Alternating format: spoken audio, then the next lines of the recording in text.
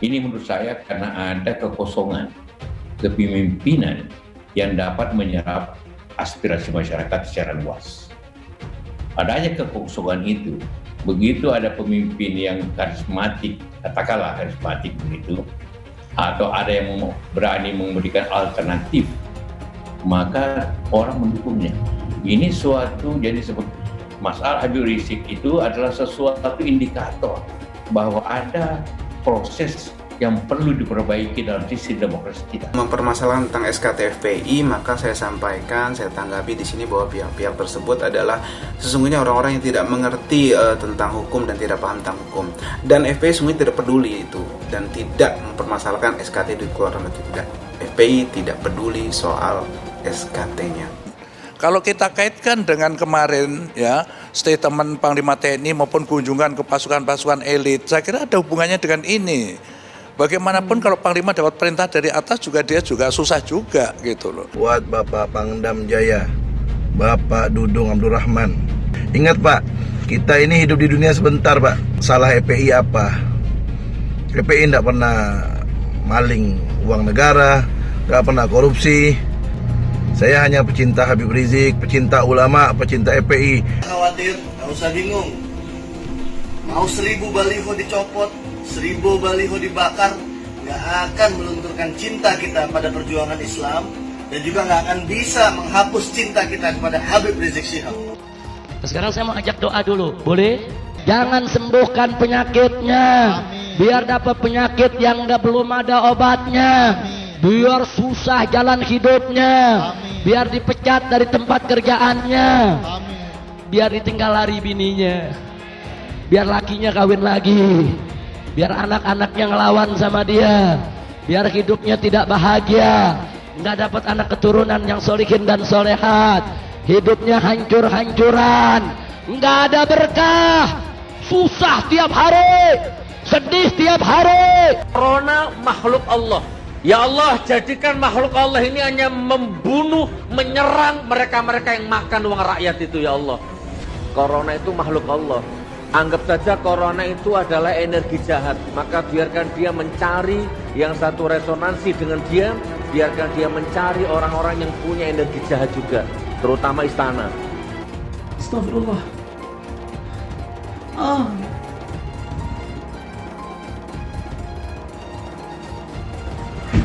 Astagfirullah. 5. Allahu Akbar, ya Allah. Sakit, gak bisa. Allah. Untuk wilayah Petamburan, dari 15 orang yang diperiksa, sudah 7 orang positif COVID, termasuk Lurah Petamburan. Kemudian di Tebet, sudah terdapat 50 orang yang positif COVID.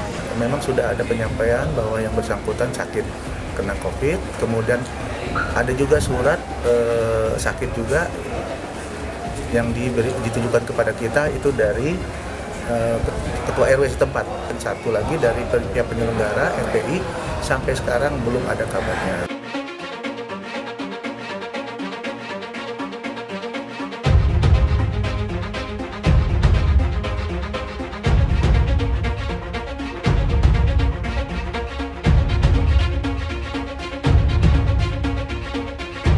Rizik Syihab tukang jualan minyak wangi yang mengaku Habib, maka harus dibumi hanguskan. Ya, Tolong diam. manusia di foto ini adalah sampah. Betul. Dia tidak berguna lagi. Jadi tidak ada tuntutan bahwa kita mencemarkan nama baik. Ya, karena dia sudah mengkhianati negeri ini, tidak menerima kemenangan Pak Jokowi. Silakan saja teman-teman, ini manusia sampah yang tidak boleh ada di sini. Maka TNI harus netral pada saat rakyat berkelahi karena netral dipercaya sebagai penengah. Jangan ikuti pemimpin yang menjual TNI. Ada pimpinan-pimpinan TNI di wilayah ini yang mengajak tidak netral. Itu adalah pelacur politik. Pol PP harus berani nyabutin itu HRS itu. Pol PP yang ketakutan ngapain?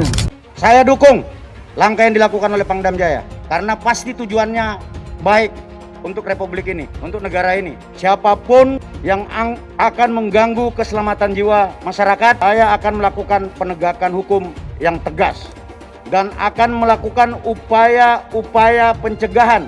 Jadi kalau ucapannya yang tidak baik, itu bukan Habib namanya itu. Jangan merasa bahwa dia mewakili umat Islam. Tidak. Sekarang kok mereka ini seperti yang ngatur, tak sukanya sendiri. Itu perintah saya. Dan ini akan saya bersihkan semua. Akan saya bersihkan. Tidak ada itu baleho-baleho yang mengajak revolusi dan segala macam. Jangan mengganggu persatuan dan kesatuan yang ada di wilayah Jakarta. Saya panglimanya. Kalau coba-coba mengganggu itu, akan saya hajar nanti. Jangan coba-coba pokoknya. Jangan coba-coba. Kalau perlu FPI bubarkan aja itu. Bubarkan saja itu. Ya.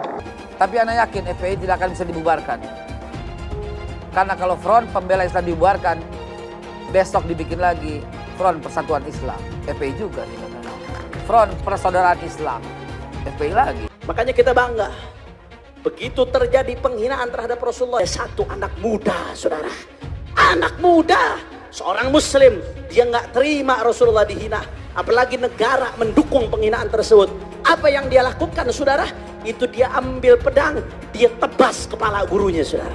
Silahkan dunia menganggap ini anak radikalis. Kami nggak peduli, saudara. Bagi kami, anak tersebut adalah pahlawan umat Islam, saudara. Negara dan bangsa ini dari ancaman dan gangguan musuh yang ingin mencapik-capik persatuan dan kesatuan bangsa. Berani, benar, dan berhasil. Mentaati seluruh ketentuan peraturan dan undang-undang. Dan kalau itu dilanggar, sanksinya di antaranya dapat diberhentikan. Depannya lagi apabila itu seperti gubernur sudah meminta ke polisi, TNI untuk bergerak kita. Dalam hal penjatuhan denda sebesar 50 juta rupiah yang telah dibayarkan oleh Imam Besar Habib Rizik Syihab memperjelas tidak adanya perbuatan pidana. Proses penyelidikan yang dilakukan oleh Kepolisian Republik Indonesia, Imam Besar Habib Rizik Syihab harus dinyatakan bukan peristiwa atau perbuatan pidana. Kami merasa malu dengan sikap Habib Rizik Syihab pada acara peringatan Maulid Nabi Muhammad yang tidak menyejukkan umat, namun justru memanas-manasi ucapan kotor di hadapan umat. Padahal Nabi Muhammad selalu memberikan teladan. Terpapar ya COVID, kita tunggu. Namun sampai sekarang kita belum mendapatkan surat rekomendasi atau surat penyampaian dari gugus COVID itu sendiri atau mungkin rumah sakit setempat di mana yang bersangkutan diperiksa, kita belum menerimanya. Namun apabila memang tidak datang, ya ini hanya sebatas klarifikasi. Kita bisa menunda klarifikasi tersebut apabila yang bersangkutan sudah sehat. Demikian. Kita kerjasama sama dengan pihak kelurahan. Kelurahan kita koordinasi ke kecamatan, kemudian ke wali kota. Di pihak kepolisian juga membantu kita. Dishub itu ada kalimat mendukung kegiatan kita, bisa ditayangkan. Ini arahan, karena ada arahan ini kan kewajiban Pemprov DKI Jakarta. Gerakan umat untuk menghadiri Maulid Nabi sebagai wujud cintanya kepada Rasulullah begitu tinggi. Ditambah umat ingin kumpul dengan darah mengalir pada seorang habaib sebagai cucunya Rasulullah. Enggak ada ajakan. Mana ajakannya? Allah yang sehat, yang segar, yang punya kesempatan, rame-rame kita ke sana insya Allah. Insya Allah hari Sabtu malam Ahad kita akan bikin maulid di Petamburan. Sekaligus insya Allah saya akan menikahkan putri saya yang keempat. Gubernur dapat diberhentikan bahwa dengan dipanggilnya Gubernur DKI diperiksa 10 jam bahwa dia akan jadi sebagai tersangka, itu Gubernur bisa diberhentikan. Bahkan Gubernur datang semacam menyambut ya kedatangan di hari pertama Saudara Rizik Syihab datang.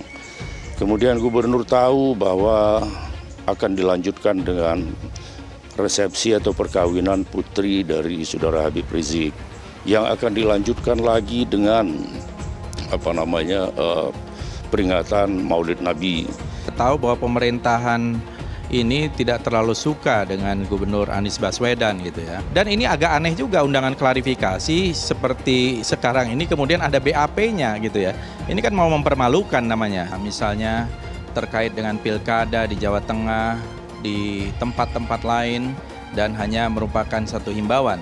Tetapi kepada Gubernur Anies Baswedan diperlakukan lain. Ini adalah sebuah sikap yang diskriminatif menurut saya. Mencari-cari kesalahan dari Anies Baswedan karena ketidaksukaannya kepada yang bersangkutan. Itu menurut saya tidak bagus. Masa ini di luar perkiraan kita gitu. Sebenarnya undangan resmi hanya tidak sampai 30 orang. Kita protokol kesehatan. Kita lakukan uji swab lurah dari Petamburan positif ya atau reaktif yang sekarang sudah kita rujuk ke Rumah Sakit Kramat Jati di pasal 93 di Undang-Undang Nomor 6 Tahun 2018 tentang karantina kesehatan. Kita ketahui bersama bahwa Jakarta ini masih PSBB masih berlangsung, bahkan diperpanjang PSBB masa transisi. Prof DKI bekerja berdasarkan peraturan yang ada. Ketika kita mendengar kabar ada sebuah kegiatan, maka secara proaktif mengingatkan tentang ketentuan yang ada. Dan ini dilakukan oleh Jakarta. Maka pelanggaran itu ditindak sesegera mungkin. Dalam waktu kurang dari 24 jam, Pemprov DKI menegakkan aturan. Artinya yang melanggar ya harus ditindak. Itulah yang kita lakukan. Ada lonte hina Habib. Pelonte ikut-ikutan ngomong.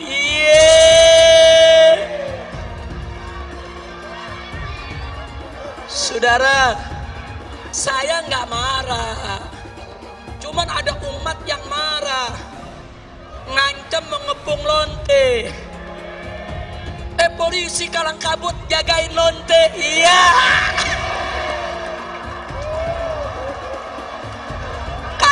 Kacau. Lonte hina Habib dijaga polisi. Ditangkap enggak? Dijagain. Jangan-jangan minta jatah kali. Jadi ketika bicara mengingkari janji atau tidak, maka lihatlah janjinya. Janjinya apa? Kenyataannya apa? Jadi pemimpin itu berpihak dulu. Ada keberpihakan. Dari keberpihakan dibuat mekanisme aturannya.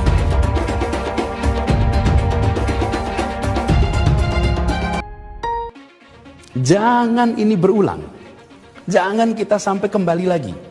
Bila kita tidak disiplin, bila pusat perbelanjaan dibuka secara bebas tanpa protokol kesehatan, bila restoran dibuat penuh karena ingin kejar keuntungan, bila perkantoran memaksakan untuk semua orang masuk bersamaan mengejar target, bila ibadah massal dilakukan secara masif, terjadi kerumunan tanpa jarak aman, maka konsekuensinya kita bisa menyaksikan lonjakan kasus seakan kita kembali ke bulan-bulan sebelumnya. Dan bila itu sampai terjadi, maka Pemprov DKI Jakarta, gugus tugas DKI Jakarta tidak akan ragu, tidak menunda untuk menggunakan kewenangannya menghentikan kegiatan sosial ekonomi di masa transisi ini. Kecil yang nggak patuh protokol kesehatan didenda. Giliran ada yang bikin kerumunan ribuan orang berkali-kali dibiarkan. Ada yang dari luar, gubernurnya malah sowan. Kenapa takut? Padahal tegas itu yang dirindukan kami, rakyat Indonesia. Gubernur goblok. Dia janji mau nikah, dia janji ada semua, Kak. Saya kirim ke dia. Saya berbuat seperti ini karena perbuatan Habib sendiri. Nah, Habib merasa diteror, diancam, tertekan karena perbuatan Habib sendiri. Oh, Firza berarti bohong. Firza tidak hapus chat. Oh, tidak, saya hapus sih. Saya tidak mau sakit sendiri. Kayak gitu. Habib Rizik Syihab, mereka adalah penista agama, sudah dilaporkan bertahun-tahun, tetapi tetap saja tidak ditangkap oleh polisi karena polisi takut oleh umat mayoritas agama Islam. Saya tekankan sama kau, ya, kau coba-coba bermain rasis, radikal, kau camkan itu kadrun, saya sampaikan. Saya mengajak seluruh elemen masyarakat, mari kita bersatu, berkumpul untuk mengusir FPI. Sudah saatnya kita bertindak, karena selama ini kita membiarkan mereka merajalela, bertindak seenak-enaknya, sesuka hatinya. Saya mengatakan perang dengan FPI. Bubarkan FPI. Mari kita bersatu semuanya bergerak untuk mengusir FPI dari Indonesia. Si Risi Gundruwo, para pengikutnya semua adalah itu si Risi Gundruwo imam apa? Imamnya FPI, tidak usah macam-macam. Lihat apa yang dilakukan front penghancur Islam. Lihat dengan ngancur-ngancurin sana sini. Pancasila Soekarno, ketuhanan ada di pantat. Anak Tuhan dari mana? Kalau Yesus anak Tuhan, bidangnya siapa? Besok di seluruh wilayah Indonesia akan katakan bahwa padahal dia minoritas. Dia mulai kau pertama kafir, kedua goblok. Kitab Bible Kristen itu bohong. Saya bukan mengatakan Bible Kristen fiksi. Bible Kristen itu palsu. Karena di salib itu ada jin kafir. Karena di salib itu ada jin kafir. Karena di salib itu ada jin kafir. Haleluya. kemudian na'udzubillah min dzalik, Anda pilih orang kafir, berarti Anda telah menyerahkan urusan umat Islam ke tangan orang kafir. Gus Dur itu buta mata juga buta hati. Jarang, saya belum pernah nengok Cina kerasukan setan. Pernah tak Ahok itu kerasukan setan? Enggak, setannya tidak pernah. Karena sesama setan dilarang saling menggoda. Saya nggak pernah mundur untuk kebenaran, keadilan, kejujuran. Dan peri kemanusiaan, gue nggak pernah mundur. Dan gue nggak pernah takut juga sama lu. Siapapun yang rasis, gue akan hadapin. Gue bilang. Karena rasis itu dia berperi kemanusiaan. Sama saya ditanya dulu kan, kamu nyesel nggak statement kamu di Pulau Seribu sehingga masih masuk penjara? Tidak pernah nyesel. Karena saya mengatakan kebenaran. Kalau itu ada ormas yang seperti itu, ya kita gebuk. Gebuk kita tendang. Sudah jelas itu. Jangan ditanyakan lagi. Hai teman-teman, saya mau memperlihatkan transaksi saya hari ini lakukan trading di eToro. Ini bukti transaksi saya untung $4.500 US, itu sekitar 68 juta rupiah. Semua keuntungan bisa saya dapatkan dengan fasilitas copy trading di eToro. Kalau saya bisa, kalian juga bisa guys. Oke, itu yang mau saya tunjukkan. Like video ini sekarang juga dan gunakan link di kolom deskripsi, maka kalian berhak dapat bonus kalian. Promo ini ada masa waktunya, jadi jangan ketinggalan. Bukan cuma itu saja, transaksi tidak dikenakan fee, baik itu investasi saham, trading forex, komoditas, bitcoin, dan lainnya. Kalian bisa melakukan transaksi berapa kali pun atau unlimited trading. Dan tidak ada fee sama sekali. Jika transaksi di tempat lain sudah berapa fee-nya. Setelah nonton video ini, ayo bergabung dengan eToro hari ini, gratis dan tidak ada minimal deposit. Pastikan kalian menggunakan link di kolom deskripsi untuk mendapatkan welcome bonus. Kalian bisa menggunakan bonus $100.000 di akun virtual untuk latihan. Bukan cuma itu, kalian akan dapat kelas trading online gratis senilai 3 juta rupiah atau $200 jika kalian deposit di bulan ini. Selamat menonton guys, enjoy! Hai semua, dengan saya Jonas Leong. Terima kasih banyak buat kalian penonton setia yang selalu menonton di channel ini. Saya secara personal sangat menghargai waktu kalian. Dan saya sudah menganggap kalian sebagai family karena kalian selalu support di channel ini. Bagi kalian yang selalu menuliskan opini kalian di kolom komen, saya baca komen kalian satu persatu. Saya baca komen kalian untuk mengetahui opini kalian, tanggapan kalian, dan masukan kalian sangat berguna untuk video selanjutnya. Terima kasih banyak buat kalian yang selalu menekan tombol like di awal video. Video seperti ini membutuhkan waktu dan juga research. Dan ini semua gratis untuk kalian. Jadi pastikan kalian menekan tombol like-nya supaya saya mengetahui kalian menyukai konten yang saya bagikan. Mempermasalahkan tentang SKT FPI, maka saya sampaikan, saya tanggapi di sini bahwa pihak-pihak tersebut adalah sesungguhnya orang-orang yang tidak mengerti tentang hukum dan tidak paham tentang hukum. Karena sudah jelas di putusan MK nomor 82 tahun 2013 mengenai Undang-Undang Ormas, Undang-Undang nomor 17 tahun 2013 dijelaskan bahwa SKT itu pada poinnya adalah sifatnya sukarela, artinya tidak wajib. Dan FPI sudah berbaik hati selama ini hampir 20 tahun mengurus SKT tersebut dan tidak ada masalah. Dan beberapa waktu terakhir ini kita dipersulit karena persyaratan sudah kita penuhi semua, akan tapi masih belum dikeluarkan, bahkan malah dipermasalahkan. Dan FPI semuanya tidak peduli itu dan tidak mempermasalahkan SKT dikeluarkan atau tidak. Karena SKT itu hanya untuk mempermudah mendapatkan dana dari pemerintah, bantuan. Dan FPI selama ini tidak pernah mendapatkan dan meminta bantuan dari pemerintah soal dana tadi. Itu jadi FPI tidak peduli soal SKT-nya. Kayak Jakarta ini ada 3 unsur yang paling berkompeten ya. Yang pertama itu Pemda, Gubernur DKI, lalu yang kedua Polda Metro Jaya dan Pangdam Jaya.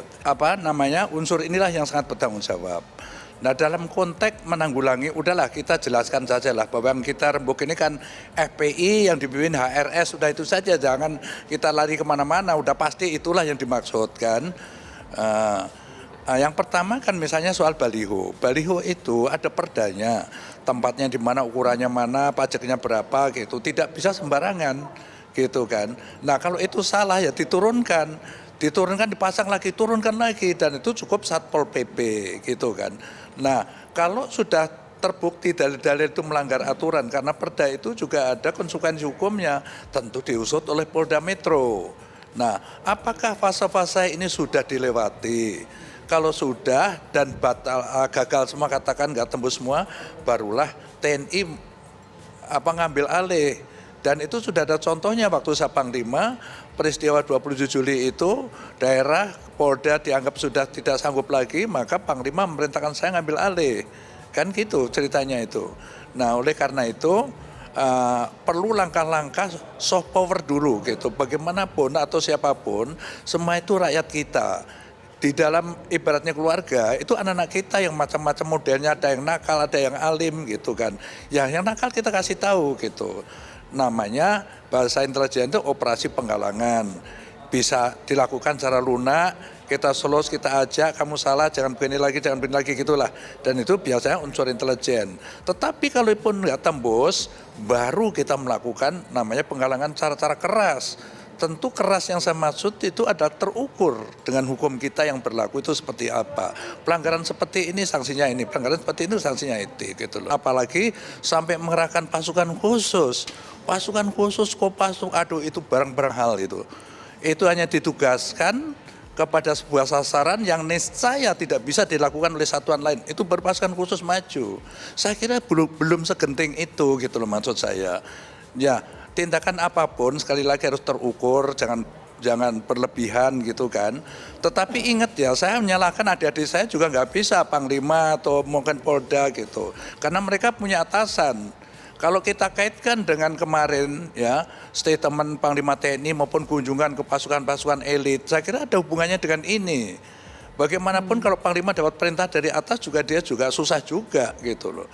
Tetapi menurut saya sekali lagi TNI itu maju pada saat-saat terakhir sebagai senjata pamungkas kalau yang lain sudah tidak bisa lagi.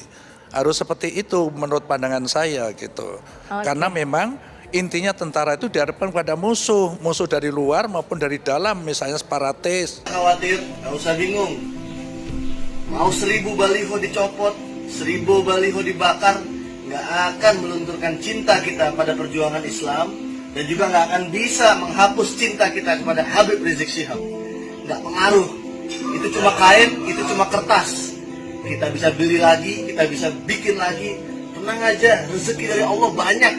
Dan perjuangan kita nggak akan berhenti karena hal itu. Dan nggak akan ada manusia yang bisa menghentikan dakwah Islam, perjuangan Islam. Sampai akhir zaman, insya Allah sudah kodratnya Islam akan kembali berjaya.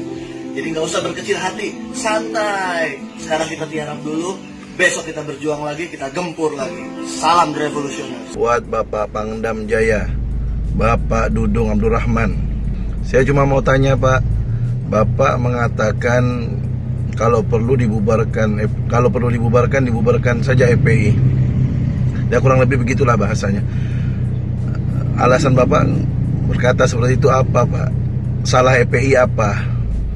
FPI tidak pernah maling uang negara, nggak pernah korupsi, nggak pernah jual aset negara. Saya bukan siapa-siapa Pak, saya rakyat biasa. Saya tidak punya pasukan seperti Bapak. Saya hanya pecinta Habib Rizik, pecinta ulama, pecinta FPI, cinta Islam dan cinta negara kesatuan Republik Indonesia. Kalau ada oknum FPI yang melanggar aturan, ya maka oknum tersebut yang diproses hukum. Kan Bapak sendiri yang mengatakan negara ini negara hukum. Seperti TNI Polri, kalau ada oknumnya yang melanggar hukum, ya kan oknumnya yang diproses, bukan TNI Polri yang dibubarkan. Begitu juga FPI, bukan FPI yang dibubarkan, oknumnya yang diproses hukum. Ingat Pak, kita ini hidup di dunia sebentar Pak. Saya, Bapak, dan kita semua manusia bakal mati Pak, bakal meninggal dunia.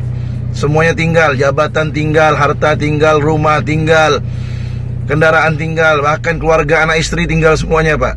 Maka tinggalkanlah kenangan baik, jangan tinggalkan kenangan buruk. Tapi sebelum saya baca doa, saya mau kasih tahu dulu doa Nabi nih.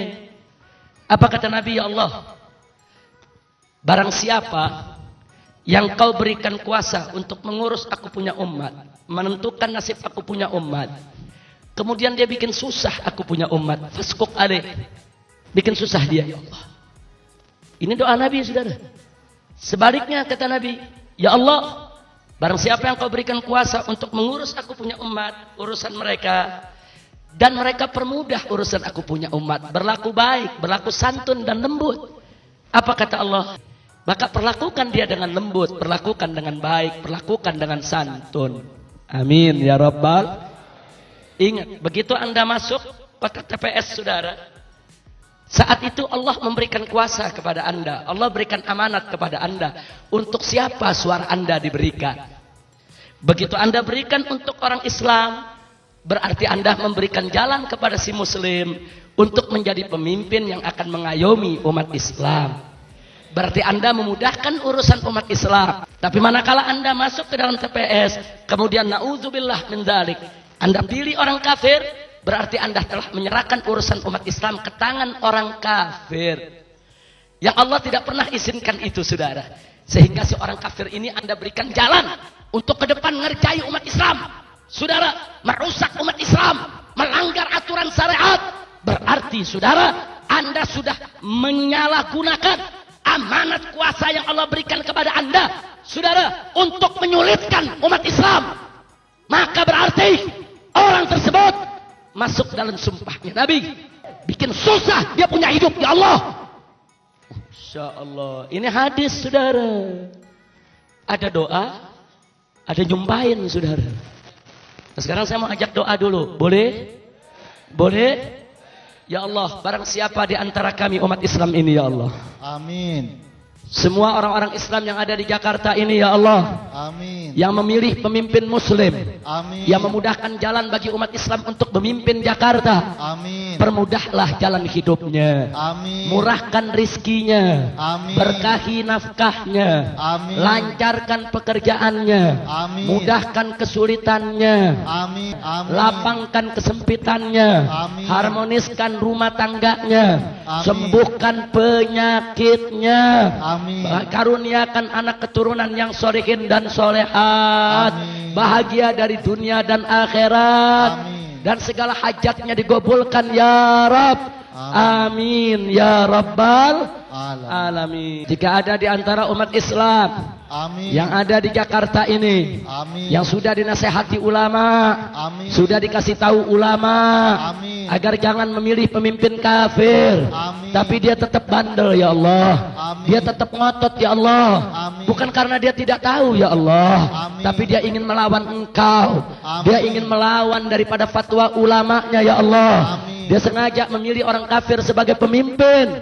Dia ingin bikin susah daripada hamba-hambamu, ya Allah. Maka bikin susah hidupnya. Seretkan rezekinya. Jangan berkahi nafkahnya. Jangan sembuhkan penyakitnya. Biar dapat penyakit yang belum ada obatnya. Biar susah jalan hidupnya. Biar dipecat dari tempat kerjaannya. Biar ditinggal lari bininya. Biar lakinya kawin lagi. Biar anak-anaknya ngelawan sama dia. Biar hidupnya tidak bahagia. Nggak dapat anak keturunan yang solihin dan solehat. Hidupnya hancur-hancuran. Nggak ada berkah.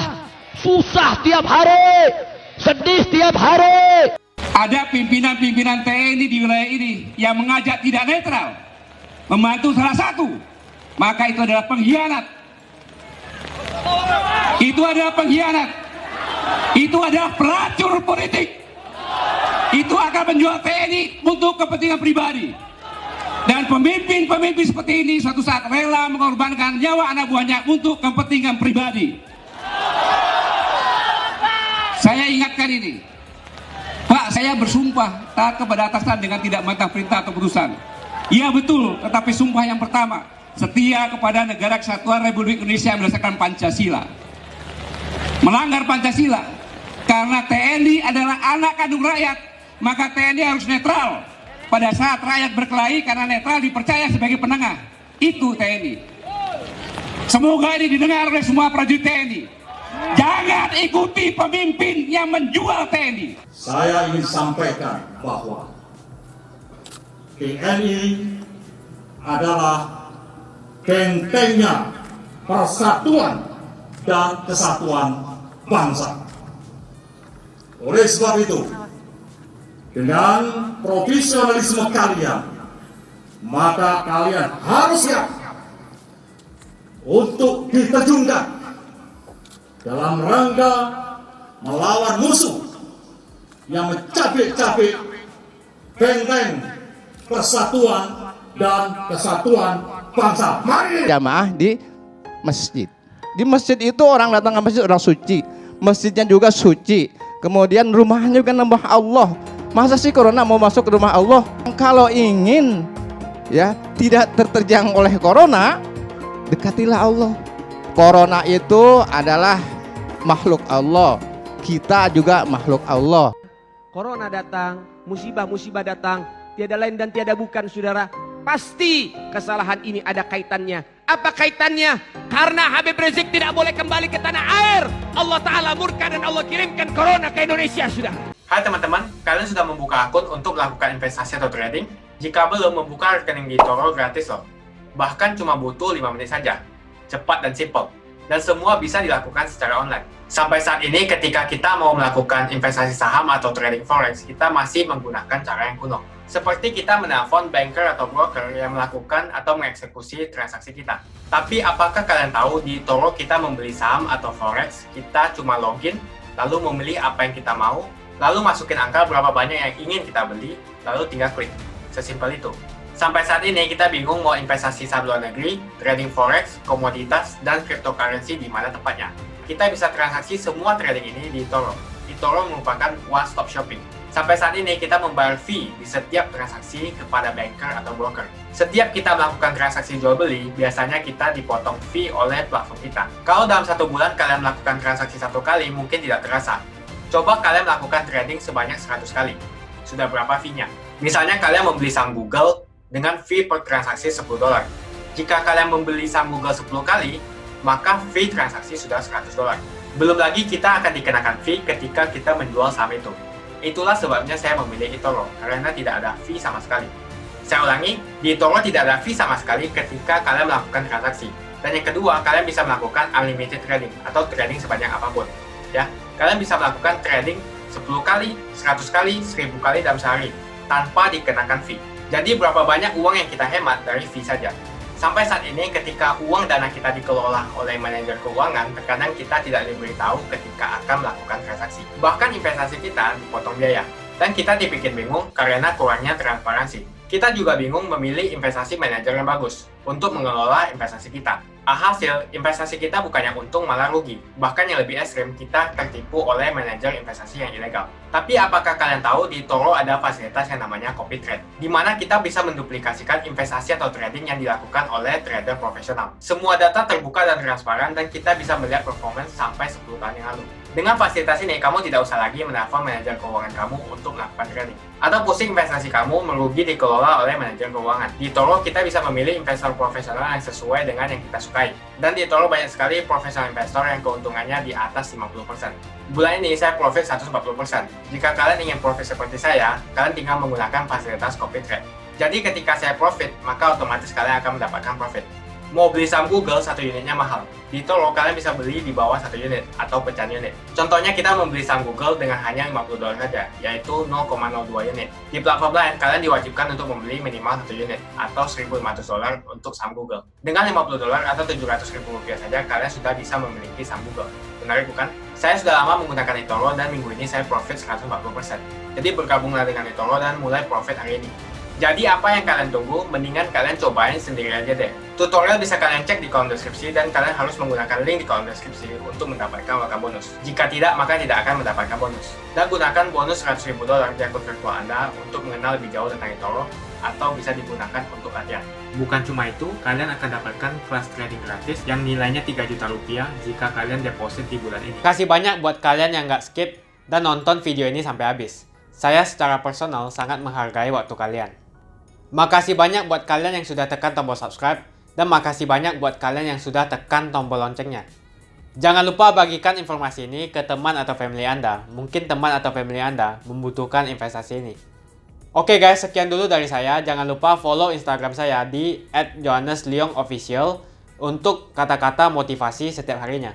Bagi kalian yang termotivasi nonton video ini, ayo like video ini dan subscribe di channel ini.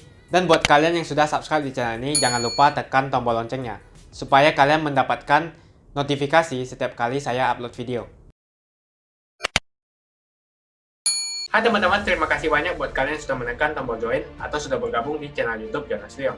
Ini adalah salah satu feature dari YouTube di mana kalian bisa mensupport channel Jonas Leong untuk lebih semangat membuat konten-konten lainnya. Apa kelebihan ketika kalian join membernya Jonas Leong?